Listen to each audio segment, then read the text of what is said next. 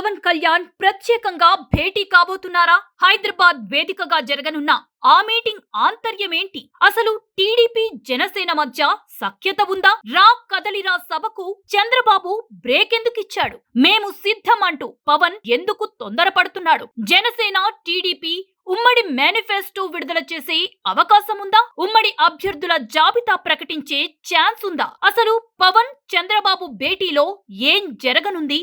ఏ అంశాలు ప్రస్తావనకు రాబోతున్నాయి? ఇలాంటి ఆసక్తికరమైన విశేషాలు తెలుసుకోవాలనుకుంటే ఈ వీడియోను చివరి వరకు చూడండి. హైదరాబాద్ లో ఇవాళ రేపో టీడీపీ అధినేత చంద్రబాబు జనసేన అధ్యక్షుడు పవన్ కళ్యాణ్ ప్రత్యేకంగా భేటీ కాబోతున్నారని తెలుస్తోంది. ఏపీలో ఉన్న ప్రస్తుత రాజకీయ పరిణామాల దృష్ట్యా ఈ భేటీ ప్రాధాన్యం సంతరించుకుంది. ఇటీవల కాలంలో జనసేనకు టీడీపీకి మధ్య పొసగడం లేదనేది బహిరంగ రహస్యమే. చంద్రబాబు నాయుడు అరకు, మండపేట నియోజకవర్గాలకు టీడీపీ అభ్యర్థులను ప్రకటించడంతో హట్టైన పవన్ కళ్యాణ్ చంద్రబాబుకి పోటీగా తాను రాజోలు, రాజానగర్ నియోజకవర్గాలకు జనసేన అభ్యర్థులను ప్రకటించాడు. దాంతో ఆ రెండు పార్టీల మధ్య ఉన్న విభేదాలు బహిరంగమయ్యాయి. ఇరు పార్టీల మధ్య పొత్తు కూడా ఉండబోదని రాజకీయ వర్గాల్లో విపరీతమైన చర్చలు జరిగాయి. అంతేకాదు, జనసేన అభ్యర్థులను ప్రకటించిన ఈ రెండు నియోజకవర్గాల్లో టీడీపీ క్యాడర్ నుంచి చంద్రబాబుకు తీవ్ర వ్యతిరేకత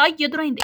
ఇక మీద అలా జరగకుండా ముందు జాగ్రత్తగా దిద్దుబాటు చర్యలకు దిగింది. పవన్ కళ్యాణ్ తో ప్రత్యేక భేటీకి సర్వం సిద్ధం చేసుకుంది టీడీపీ. టీడీపీ జనసేన మధ్య సఖ్యత చెడిపోలేదని ప్రజల్లోకి సంకేతాలు పంపేందుకు రంగం సిద్ధం చేశాడు చంద్రబాబు నాయుడు. అందుకోసం పవన్ తో హైదరాబాద్ లోనే ప్రత్యేకంగా భేటీ కానున్నారు. ఈ భేటీలో ఇంతకు ముందు ఉత్పన్నమైన సమస్యలన్నింటికీ చెక్ పెట్టి నూతన విధానాలతో ముందుకు వెళ్లేలా జాగ్రత్తలు తీసుకోబోతున్నట్లు తెలుస్తోంది.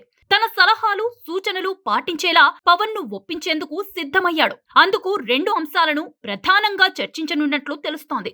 ఒకటి, పలు నియోజకవర్గాల్లో టికెట్ ఆశిస్తున్న ఇరు పార్టీల ఆశావాహుల్లో ఒకరిని ఎంపిక చేయటం. రెండోది, ఉమ్మడి మేనిఫెస్టో విడుదలకు సంబంధించిన అంశాలను చర్చించటం. ఈ రెండు విషయాలకు భేటీలో ప్రాధాన్యం ఇవ్వనున్నారు.